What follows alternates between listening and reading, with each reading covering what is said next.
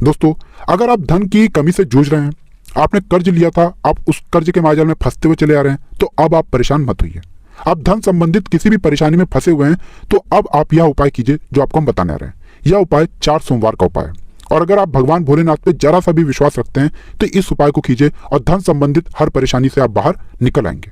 आपको सिर्फ यह करना है कि सुबह नहाना है, धोना है सोमवार के दिन, एक लोटा आपको गन्ने का रस लेना है और वह ले जाकर के भगवान भोलेनाथ का अभिषेक करना है। ध्यान रखिएगा, जब आप गन्ने का रस का अभिषेक भगवान भोलेनाथ का कर रहे हैं, उसके बाद आपको शिवलिंग को पूरा धोना भी है पानी से।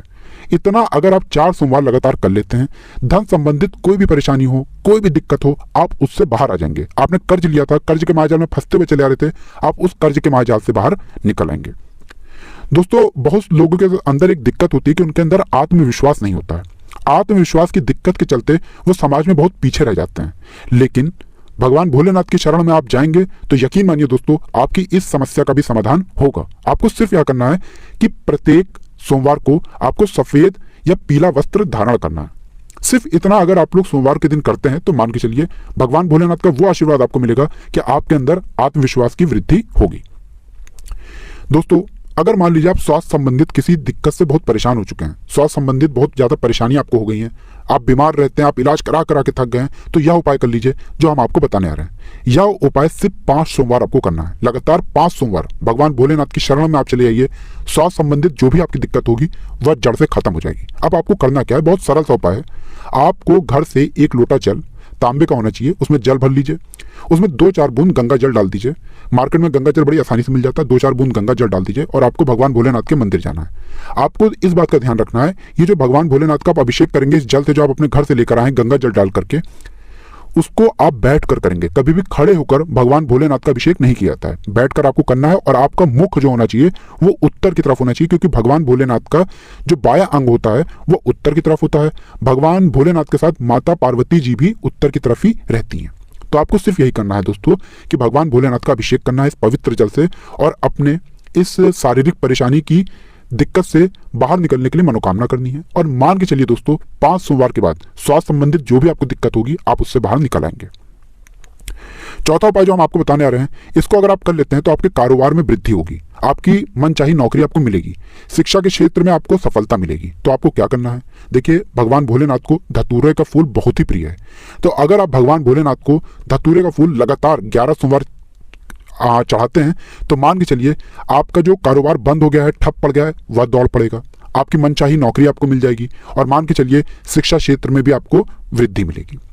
अब जो उपाय हम आपको बताने आ रहे हैं दोस्तों, यह उपाय अगर आप कर लेते हैं तो मान के चलिए इससे आपके दोषों में कमी आएगी। मान लीजिए आपके ऊपर पितृ दोष लगा हुआ है, वाशु दोष लगा हुआ है, या ऐसा कोई दोष लगा हुआ है जिससे आप बहुत परेशान हो चुके हैं, तो आपको क्या करना है, लगातार 3 सोमवार आपको कच्चे चावल में काला तिल मिला करके किसी भी गरीब को दान कर देना है और भगवान भोलेनाथ को याद करना है। सिर्फ इतना अगर आप लोग कर लेते हैं तो मान के चलिए किसी भी प्रकार के दोष से आपको मुक्ति मिल जाएगी।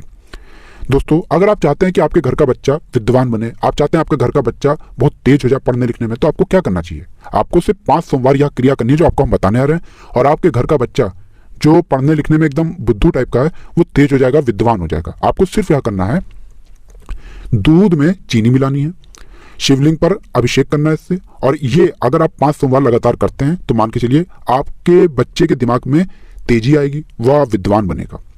अब दोस्तों, आप चाहते हैं कि आपके घर पर हमेशा अन्न का भंडार बना रहे, तो आपको क्या करना है, आपको सिर्फ 3 सोमवार गेहूं चढ़ाना है भगवान भोलेनाथ को। आप अगर 3 सोमवार भगवान भोलेनाथ को गेहूं चढ़ाते हैं तो मान के चलिए आपके घर पर हमेशा अन्न का भंडार बना रहेगा। दोस्तों, आप चाहते हैं कि जो आपके ऊपर परेशानियां आती हैं, जो आपके ऊपर बाधाएं आती हैं, दिक्कतें आती हैं, वो ना आए, आपके कार्य में जो ऐसी परेशानियां आ जाती हैं जिसके वजह से आपका कार्य पूरा नहीं हो पाता, तो आपको क्या करना चाहिए, सिर्फ 2 सोमवार अगर आप भगवान भोलेनाथ को जौ चढ़ाते हैं तो मान के चलिए ये जो बाधाएं आती हैं, परेशानियां आती हैं, दिक्कतें आती हैं, ये कभी नहीं आएंगी। क्योंकि ये बात तो हर व्यक्ति जानता है दोस्तों कि भगवान भोलेनाथ की शरण में अगर कोई व्यक्ति चला गया तो उसका साक्षात काल भी कुछ नहीं बिगाड़ सकता। तो यह उपाय कर लीजिए जो आपको हम उपाय बता रहे हैं दोस्तों, एक एक करके आपकी हर परेशानी का नष्ट हो जाएगा, आपकी हर परेशानी खत्म हो जाएगी। दोस्तों, वीडियो में आगे बढ़ें, आपसे निवेदन है कि अभी तक आपने वीडियो को लाइक नहीं किया है, वीडियो को लाइक कर दें, और कमेंट बॉक्स में ओम नमः शिवाय हर हर महादेव लिखना मत भूलिएगा।